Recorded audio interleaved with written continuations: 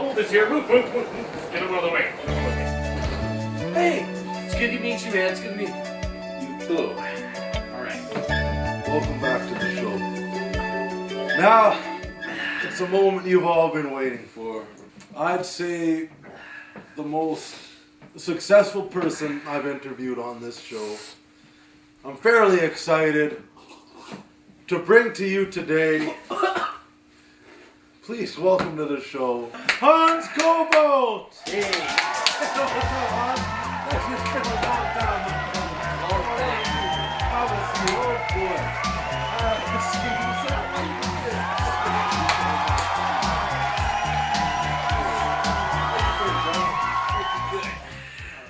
Now, we haven't seen you around for a little while. Been terribly busy. Busy? What have you been up to, Mr. Colbolt?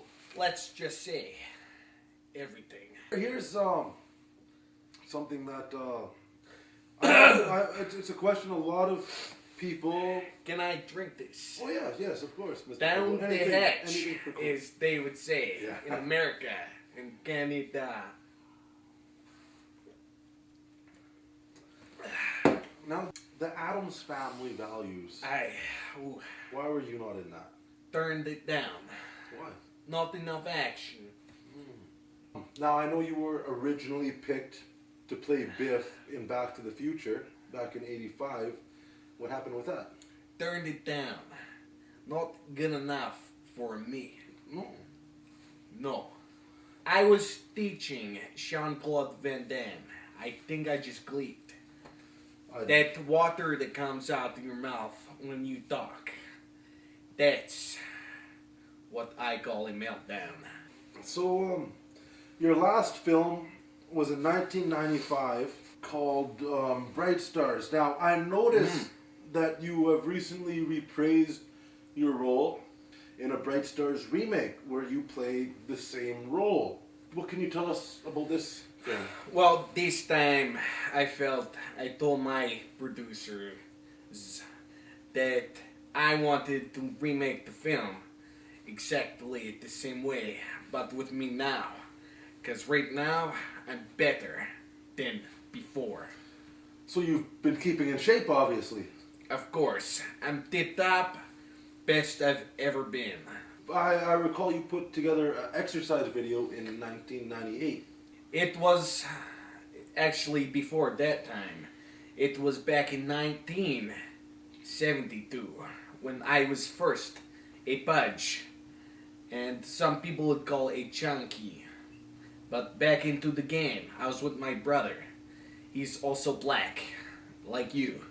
So, who's directing your new film? Sylvester Stallone. He's actually accommodating me into Expendables 3. Really? And I am at the end of number 2. Not exactly a spoiler, but a prize, as I would put it. It's like you're dreaming, and you can't get enough. This is it's a good dream. It's a hell of a good dream. There's no way it could be a nightmare, because the minute any monsters come into play, you're obviously going to be there to kick their ass. Of course. When does it due for release? Which? Your new film. Bright Stars or The Expendables at the end of 2 and 3. Well, let's talk about when is The Expendables 2? That is coming out summer 2012. And what about 3? Summer 2012. And Bright Stars? Bright Stars is coming out today. It's a big day for all of you. Well, actually, we actually have a clip from Bright Stars. And are you aware of what clip we're showing? I believe it's a clip where I come around a corner.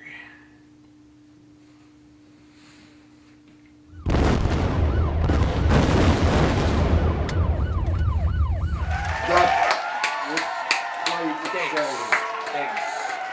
Probably the best thing to ever see. I'm pretty excited to see. Who else? I understand there's a few cameos you have in this film. There's Who are we expected to see? I can give you a couple names. Okay.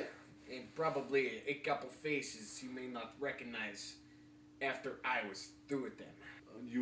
They were obviously the antagonists. Not quite, but they did get in the way. There's one you guys right remember in The Lord of the Rings. It's in Elijah Wood.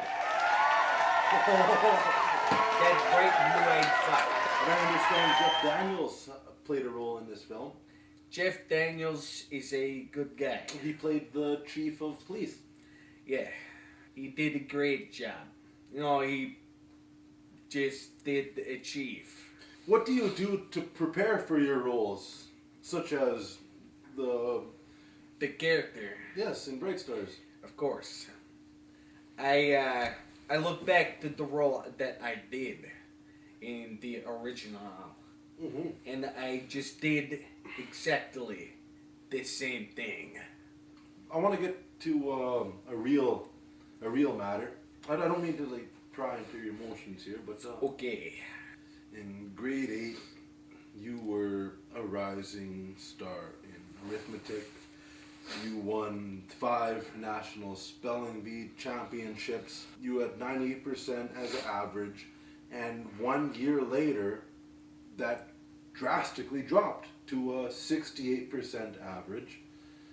You weren't showing up to classes, and you weren't into drugs, you weren't into alcohol. There was something else the matter, and it hasn't been statistically proven, but the people say you fell victim to Ocarina of Time.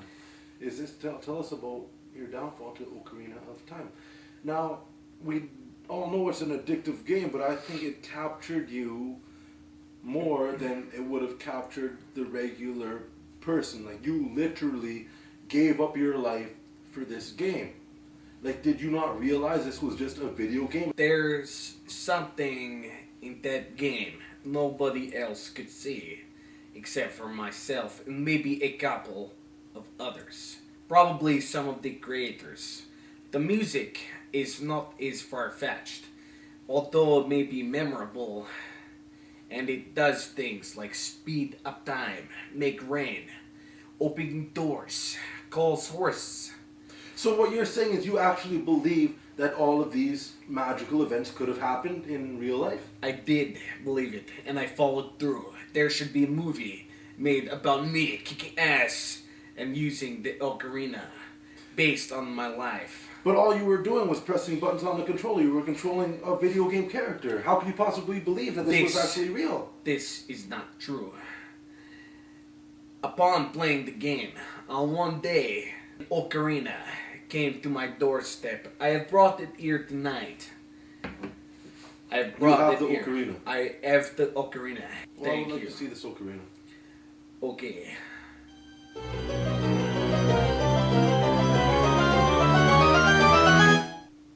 Oh, do you have it? The ocarina, yes. This is it. Listen! Well, let's see some magic. Hey! Hey! Are you Hey! sure? Listen! Because I could call it a storm. Hey! Listen! Hey! Hey!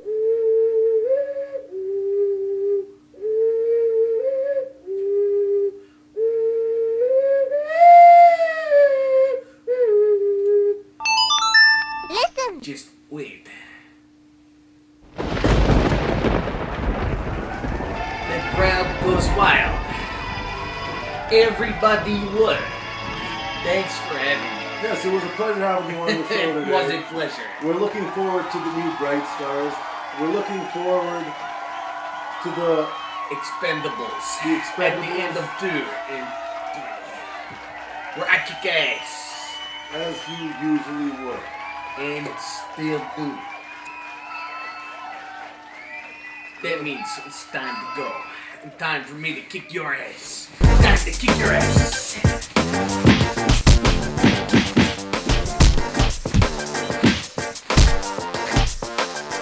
Are you guys afraid of the dark? Because lights out. Get your hands off me. Ow. Hans Colbolt. Everyone's been wondering where you've been. Well, I went to hell, and guess what? I brought it back with me. Why can't you just learn to give up? Well, it turns out that I missed class that day.